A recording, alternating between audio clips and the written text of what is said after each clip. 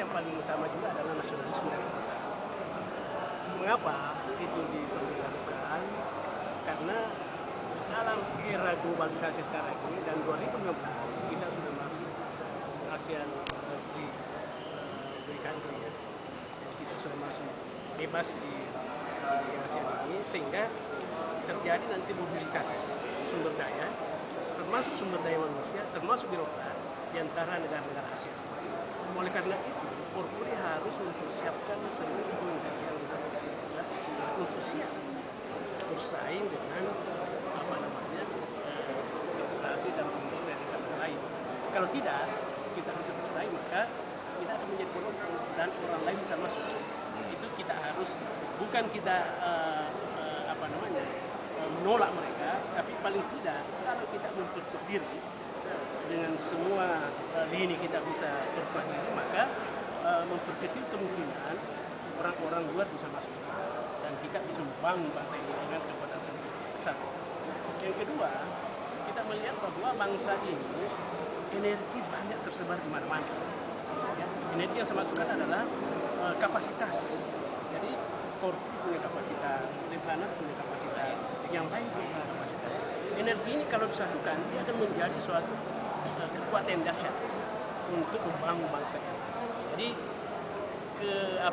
kelebihan atau kemampuan atau kompetensi yang dimiliki oleh Lemhanas, kemudian apa yang dimiliki oleh Polri, itu kita sinergikan sehingga menjadi suatu kekuatan yang dahsyat dalam rangka mengelola bangsa ini, negara ini. Oke, Pak Iskandar Andi Nuhur. Ya. Sudah tadi. Ini dari radio. Ya, HP-nya itu 0813 83 85 1952. Apa Pak jabatan Bapak di Ketua 3. Ketua 3 Korpri. DPKN, Dewan Pengurus Partai Nasional. Ya.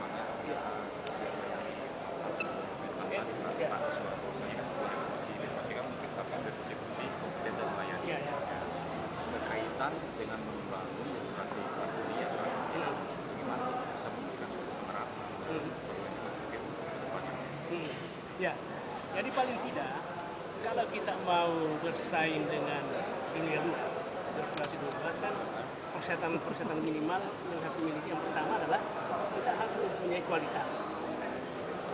At least kualitas kita sama dengan mereka. Kalau perlu kita lebih dari mereka. Ini kan sama dengan dagang. Kalau kualitas barang kita bagus, barang dari luar tidak mungkin masuk. Tapi bukan hanya kualitas. Yang kedua adalah tentu jumlah. Jumlah pegawai negeri dalam pengertian bahwa semua kegiatan-kegiatan pembangunan nasional ini bisa diisi oleh putra-putri bangsa sendiri.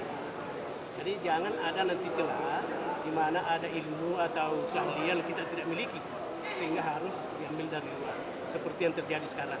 Sekarang kan banyak itu keahlian-keahlian karena kita tidak mempunyai keahlian itu sehingga kita datangkan dari luar. Oleh karena itu Polri mencoba menginventarisasi itu dan melihat bagaimana cara meningkatkan atau mengisi celah-celah itu. Dengan demikian tidak ada nanti celah untuk masuk dari luar. Bukan berarti kita untuk diri, nah kita mempersiapkan diri, kan beda. Jadi kalau kita sendiri mempunyai kekuatan yang bagus, maka saya kira orang luar tidak bisa masuk.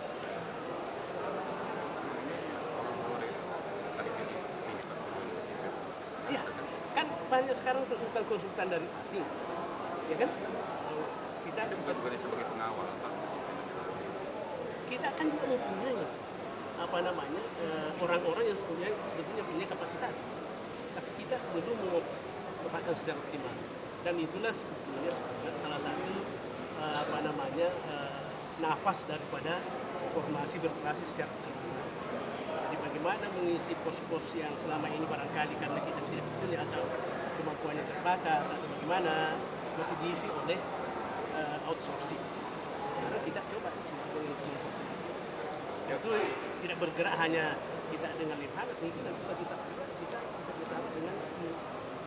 dengan institusi yang lain, misalnya dengan BINA dan lain sebagainya. Kan tadi Bapak mengatakan bahwa KW di kita harus diisi oleh putra-putri bangsa kita sendiri. Ya, yang kompeten. Namun, secara birokrasi kan agak sulit juga Pak kalau beberapa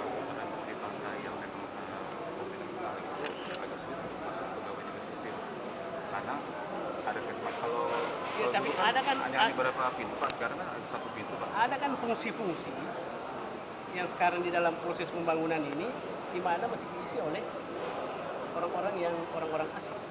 Misalnya saja konsultan, sekarang masih banyak di departemen kan banyak konsultan. Kenapa kita tidak? Ya maksudnya gini Pak, untuk sebagai pegawai ini kan karena di dalam itu ada permainan birokrasi di dalamnya. Kalau namanya ada semakin kita fair untuk ke situ kan.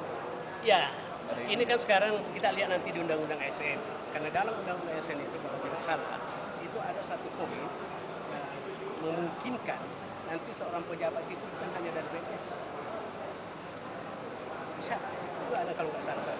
Nah ini kita khawatirkan dari tapi sepanjang itu bisa diisi oleh Kementerian Negeri, ya kenapa kita tidak usahakan? Ya? Nah itu, inilah yang kita coba petakan. Di mana sih kalau istilah manajemen itu barangkali SWOT analysis ya. Kita coba lihat di mana kelemahan kita, kekuatan kita di mana. Sekarang kan ini kan distribusi pegawai tidak merata. Kemudian juga kompetensinya juga tidak imbang. Misalnya saja di lembaga penelitian kadang-kadang tenaga edukasi lebih banyak daripada peneliti itu. Pak, kalau dulu kan Pak, untuk pencalonan sebagai pegawai negeri sipil kan banyak pintu Pak. Bisa nggak kalau misalnya untuk tahun ini diterapkan untuk satu pintu aja Pak, agar tidak terjadi semacam ada hal yang tidak diinginkan? Kita sekarang pintu untuk masuk ke satu, Menpan. Yang di kementerian itu kan hanya melaksanakan. Jadi semua penerimaan pegawai itu satu pintu Menpan. Tingkat berarti di Menpan. Ya? Tim dari beberapa Iya, konsultan. ya, ada, tapi itu dipegang oleh Menpan. Tidak ada lagi ini karena saya kira itu lebih bagus. Kan di dalam rancangan undang-undang itu ada nanti komisi. Mengawasi tersebut. Sehingga berharap bahwa dengan sistem itu betul akan terjaring mereka yang mempunyai kompetensi yang bagus. Jadi juga itu kompetensi itu ya. Kemampuan teknis itu ya tadi ditanyakan saya selalu mengatakan bahwa ada 5 kematangan di akhir itu. Kematangan moral, kemudian kematangan emosional, kematangan jadi kompetensi kematangan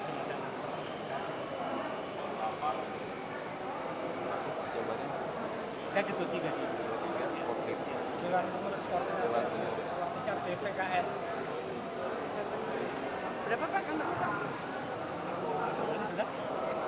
Belum Pak, saya belum terima Pak. Sempat pokoknya belum terima. Aku tadi sudah berapa kali ditanya. Oh yang tadi kali Pak ya? Nggak bisa minta kartu namanya Pak? Nggak ada. Hah? Yang Nggak ada. 0813. Berapa Pak nomornya? 83 08 85 13 952. Pak, kalau soal tadi sempat disinggung pensiun yang akan dirubah itu Korpi sendiri sudah sempat mengkaji belum Pak? Kita lagi membicarakannya ya. Karena memang yang pertama kita lakukan sekarang ini kan dulu mencoba memberikan masukan dalam rangka RUU ASN. Kita akan mencoba nanti mendiskusikan poin by poin ya. Termasuk nanti pensiun itu. 0813 Itu juga nanti berpengaruh kepada anggota Korpi. Tapi kalau yang sistem baru berarti beban lebih banyak di pegawai di anggota. Bagaimana? Untuk yang sistem baru yang yang seperti diserahkan tadi berarti beban lebih banyak di anggota ya, iuran segala macam. Kalau sekarang kan subsidi banyak di pemerintah. Tidak ada anggota Korpi sekarang ada iuran. Enggak, maksudnya di pegawai negeri gitu. Oh, di pegawai negeri dari APBN maksudnya. Ya. Saya kira dengan pola yang diterapkan sekarang oleh Menpan ini dengan melakukan suatu rasionalisasi kepegawaian, saya kira akan dipakai sistem maximizing utilitas ya. Jadi bagaimana menimbulkan manfaat yang optimal dan sumber daya yang ada. Memang barangkali nanti dengan downsizing misalnya pegawai semakin dikurangi, tapi tentu keterangan semakin ditingkatkan.